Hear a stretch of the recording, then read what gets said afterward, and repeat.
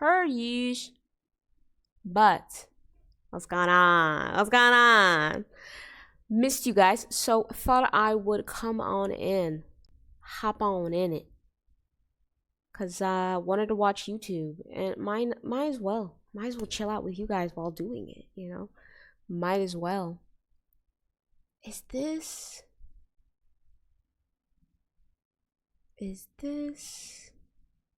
I forgot to do housekeeping. Hold on, chat. Hold on. Okay, I think that's yes. Cute. All right. So what should we watch today?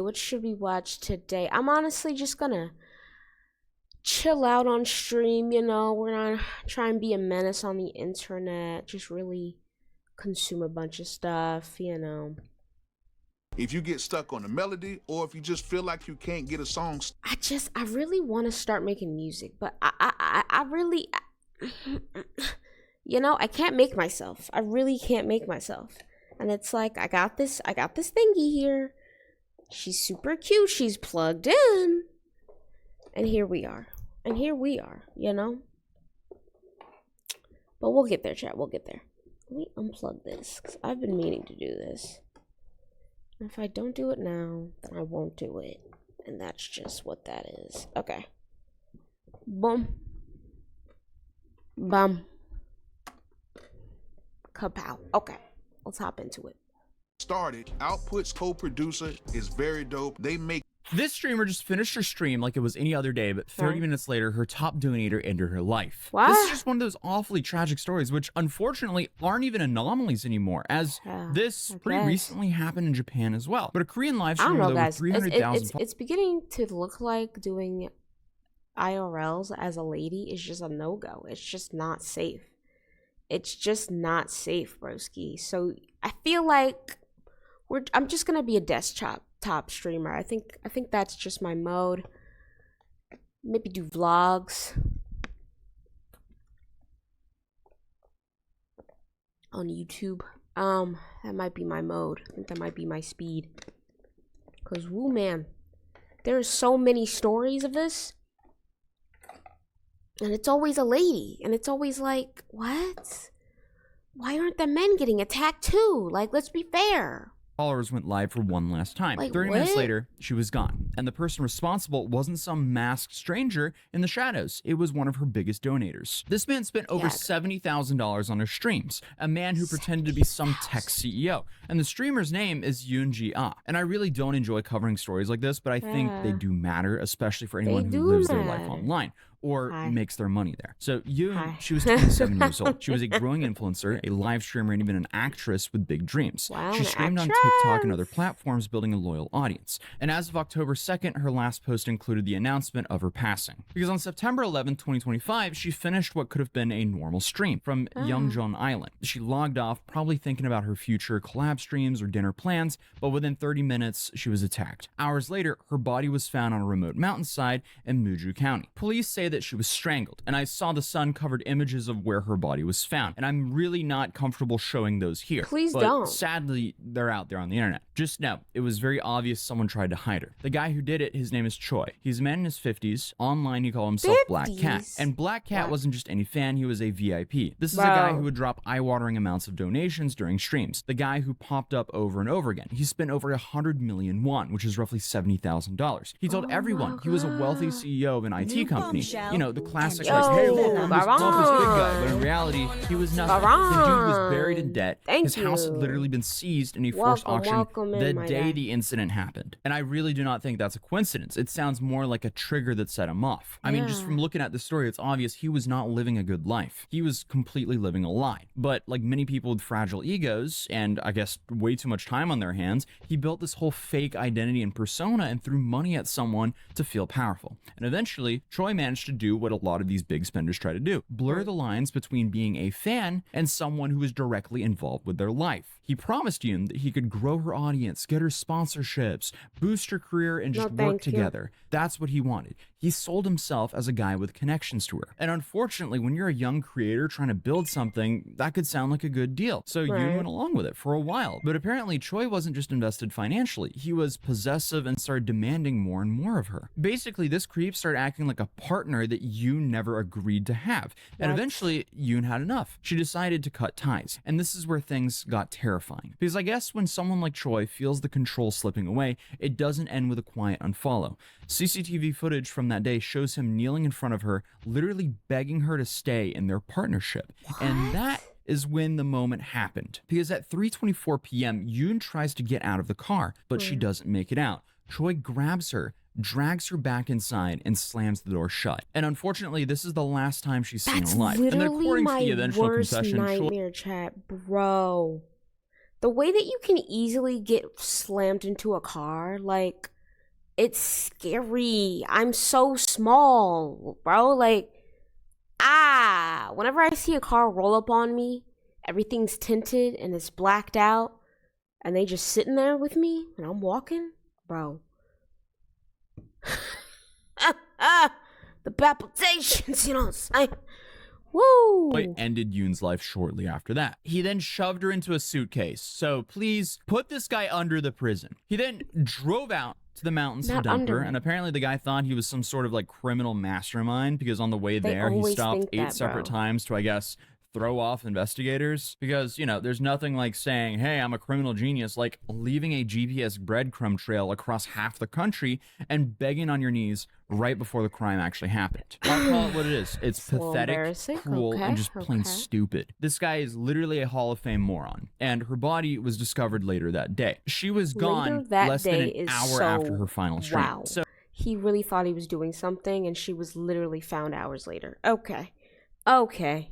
Wow. essentially, she was doing what she loved to do up until the moment someone stole everything from her. The world is just honestly, it's just so sick and twisted. This just sucks. Troy It's was so arrested sick 12 and hours after the body was found. He twisted. tried to play innocent at first. The whole like, oh, I don't know what happened. And then when they found the body, everything cracked. He admitted everything then. Essentially, the whole fake CEO confidence completely vanished in about 2 seconds. And this is probably because it never existed in the first place. This guy was in deep financial ruin, and he tried to, I guess, make himself feel important through donations. And when Yoon cut him off, the Donations. fantasy just completely collapsed, and he lashed out violently. This is textbook parasocial obsession. These aren't healthy, oh, I support your content vibes. This is, I bought a version of you that only exists in my head, and then I'll punish you if you step out of what I imagined you being like. Like, this is so messed up. And when the news broke, South Korea was furious. Creators started sharing their own stories of obsessive fans. Big streamers, one by one, started being very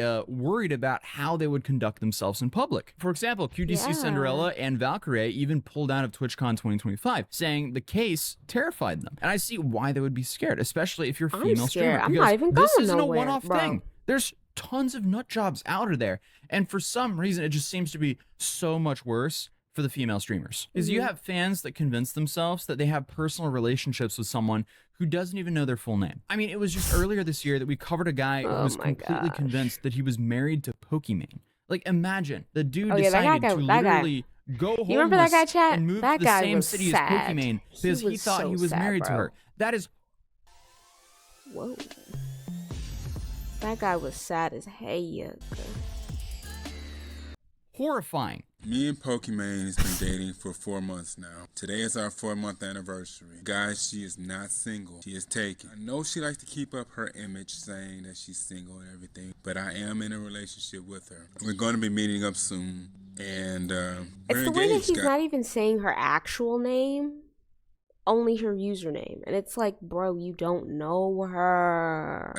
We're engaged. What's That's why we definitely happening? have to discuss things. We'll be getting married soon, very soon, and we will definitely stream it and let you guys know when it's We'll happening. and definitely everything. stream You it, he absolutely says. do not Okay. want a person like that anywhere near that streamer. Because clearly these guys don't even see these women as people. They're just fantasy material that they've made up in their own head. They might start with donations, but then apparently they push for contact and then control. And when reality doesn't match the fantasy they've built, apparently things get violent. And we saw this also in Japan, as I mentioned earlier. You had Ari Sato, a 22-year-old YouTuber. She had her life ended while live streaming on the street in Tokyo. It's just so disgusting that this is happening somewhat regularly now. Because in this case, she was walking alone streaming on Who Watch. Then a man approached her who I guess had lent her money, tracked her down through her stream, and then attacked her in broad daylight. Viewers heard her scream before the feed cut out. And the suspect, Kenji Takano, had followed her online for years. He literally hopped on a train from Oyama to Shinjuku just to do this. And the reason was a financial dispute.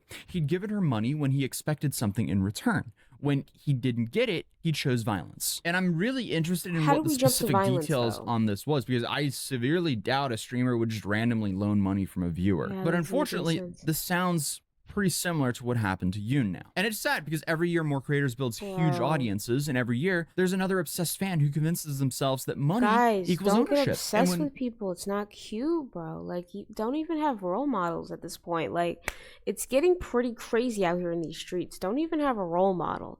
Okay, the only role model you should have is your future self. Whatever you want to be, whatever you want to do. Imagine whoever that is, you versioned.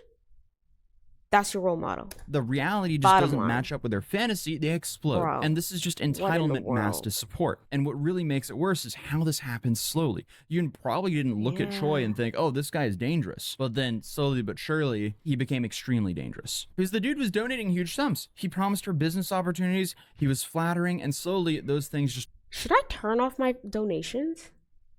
I feel like it's how it starts. Like the real attachment part of the parasocialness is you giving me money and being like, I own you now. I feel like if streamers get rid of that part, I might turn off my donations. Bro. And here's the heartbreaking part. Yoon knew something was wrong. Her family said that she expressed fear about his behavior in days leading up to the event. And unfortunately, when she tried to walk away, he chose to just end her life. On paper, Choi probably looked like the kind of... It's like decision-making gutterball, bro. Like, he went A, B, you know what?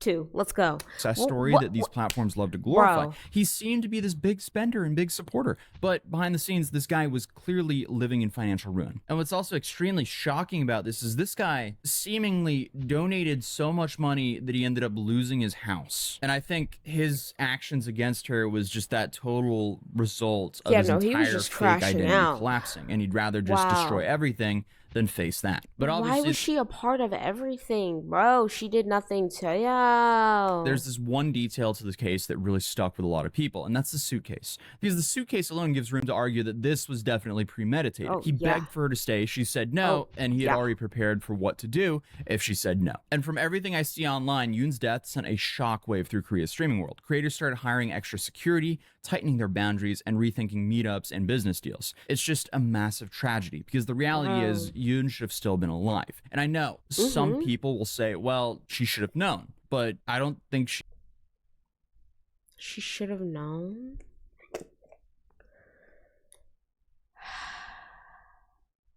It's like saying boys will be boys. Guys, at a certain point, we're condoning violence. And I don't understand why. We can be without violence. I don't understand why we choose it repeatedly, consistently. It's annoying. It's like, bro, get another shtick, bro. We've beaten this one over and like the bat's broken. Like, I'm getting really tight about American violence just being our backbone. It's really annoying. It's really annoying. I don't even know if it's American at this point. Is it human? Is it innate? I don't know, broski. She should have, honestly. Like, let's be clear. Like, she didn't owe him anything. She didn't have to play therapist to someone who lied about everything and was clearly a complete wreck of a person. This is not her fault. Obviously, she could have been more careful, but this is still not her fault. It's just sad. I mean, the uncomfortable truth is if someone's dropping tens of thousands of dollars on a creator they've never met, there's a non-zero chance that person is not doing great mentally. Because this big...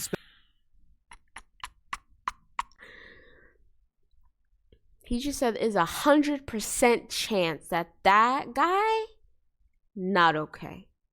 Living on the floor. Just bed not raised. Like... He is unwell. Bender, who thought he was untouchable, the guy who spent $70,000 trying to be important. All it took was 12 hours for police to find him and his life to be over forever. And honestly, his what life was already over, though. That's what's crazy. pathetic legacy to leave as a man. Rest in peace, you. Not even. What if not he even can as a man, as a person, bro. What a pathetic legacy. I feel like we gotta get like more protective over our legacies as human beings. Like, we've got to get more protective over it. It's like everybody will just do whatever and not think about the ripples and the whatnot. Like, it's annoying. I know oh my god, 10 Hand. I haven't looked at one of his videos in a minute, bro.